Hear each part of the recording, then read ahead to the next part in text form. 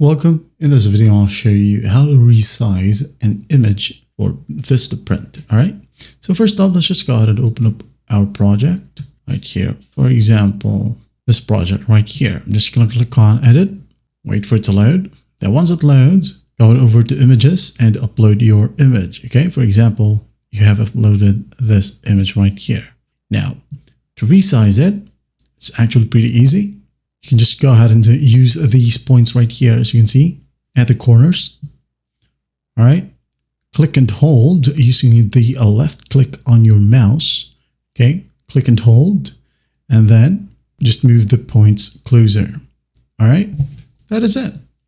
As you can see, you could also rotate the image if you want to, like so, or you can flip it right here at the top right, vertically or horizontally. All right, you could crop it as well, like so. Use these points as well. Okay, once done, hit on next. Control Z if you want to undo the changes. All right, Control Z, Z, and there you have it. That's how you resize an image for Vistaprint. Well, I hope this video helps, and I'll see you in the next one.